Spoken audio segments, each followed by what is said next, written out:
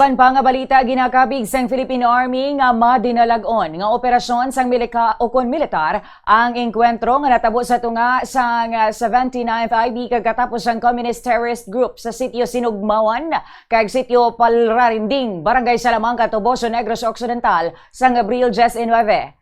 Sa interview sang Bombo Radio kay Lieutenant General Antonio Navarrete, ang Commanding General sang Philippine Army iyagin pahayag nga dako nga kadalagan sa bahin sang militar ang amo nga operasyon kag ini nagapakita suno sa iya nga nagamay na ang puwersa sa makawala nga grupo sa Negros Occidental. Suno pa si Lieutenant General kun luyag sa mga katapos ng New People's Army sang maayo nga gobyerno, amo man ang luyag sang militar. Rason nga dapat likawan na ang mga engkwentro kag magbinuligay na lang para sa kaayuhan sang tanan.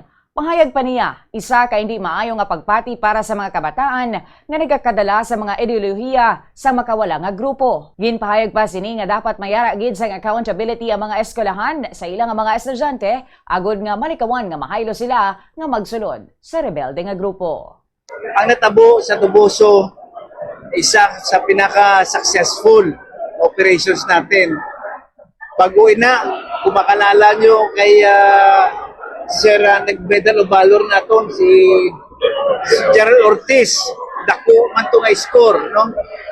So inilang nagapatunay nga ang Negros kapoy na sa mga ining mga ginaubra sa mga wala naman pulos, no?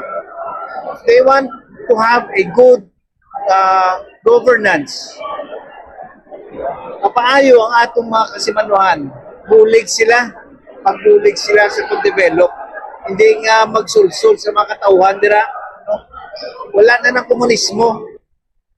Ang Commanding General ng Philippine Army, si Lieutenant General Antonio Navarrete.